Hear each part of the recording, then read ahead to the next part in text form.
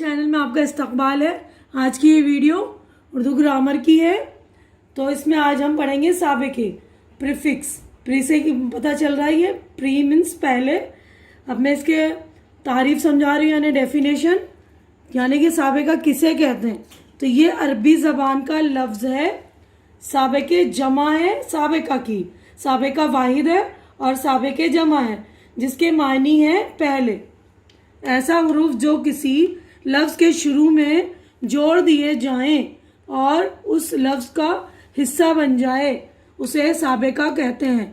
اس طرح جب دو بامعنی لفظوں کو جوڑ کر جو لفظ بنتا ہے اسے مرکب الفاظ کہتے ہیں۔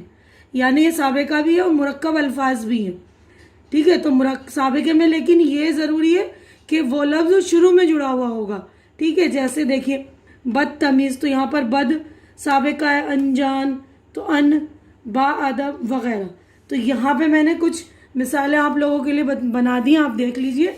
میں پڑھ رہی ہوں، ان، انمول، انجان، ان پڑھ وغیرہ۔ یعنی اس طرح کے آپ ان سے کچھ اور بھی الفاظ بنا سکتے ہیں، ٹھیک ہے۔ اب دوسرا ہے بد، بدبو، بد کردار، بد اخلاق وغیرہ۔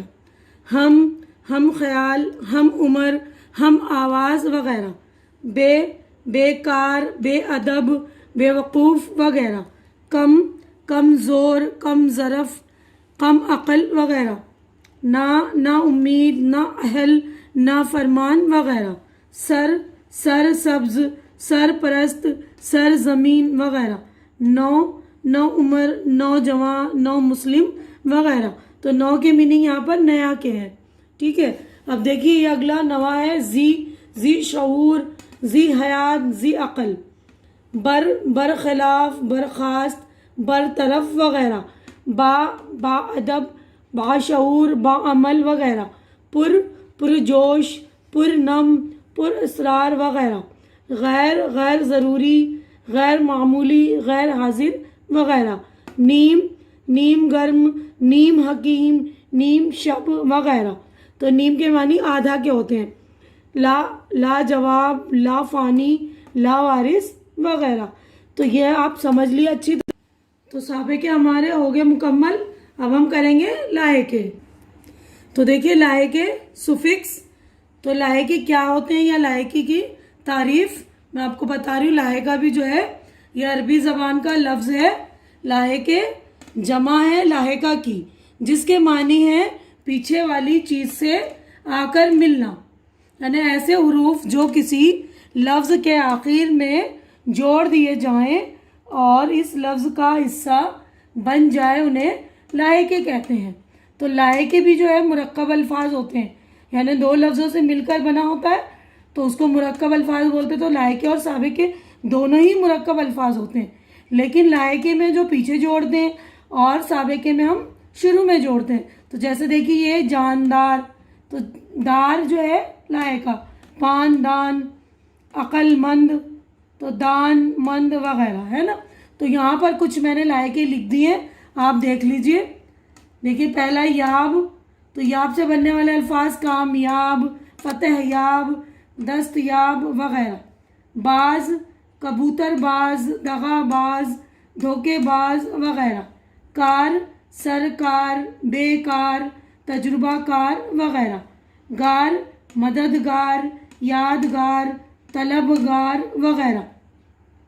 ابدان، قلمدان، پاندان، روشن دان وغیرہ۔ نگار، مضمون نگار، افسانہ نگار، منظر نگار وغیرہ۔ ناک، دردناک، خوفناک، خطرناک وغیرہ۔ نما، خوش نما، بدنما، رہنما وغیرہ۔ مند، فکر مند، ضرورت مند، عقل مند وغیرہ۔ ور، طاقتور، نامور، پیشہ ور وغیرہ۔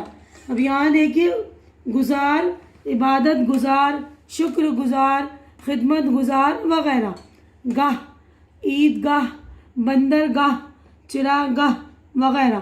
فروش، عطر فروش، کتب فروش، گل فروش وغیرہ۔ دار، جاندار، ایماندار، رازدار وغیرہ۔ خانہ، پاگل خانہ، جوا خانہ، میں خانہ وغیرہ. تو یہاں خانے کے مطلب ہوتے ہیں گھر کے، اور فروش کا مطلب ہوتا ہے بیچنے والا. تو امید ہے کہ اچھی طرح سے آپ کو سابقہ اور لاحقہ دونوں ہی اچھی طرح سے سمجھ میں آ گیا ہوگا. اگر میری ویڈیو اچھی لگ رہی ہے تو اسے لائک کیجئے، شیئر کیجئے ضرورت مند بچے جو ہیں ان کے درمیان، اور میرا چینل سبسکرائب کر کے میرا حوصلہ افزائی کیجئے. اللہ حافظ.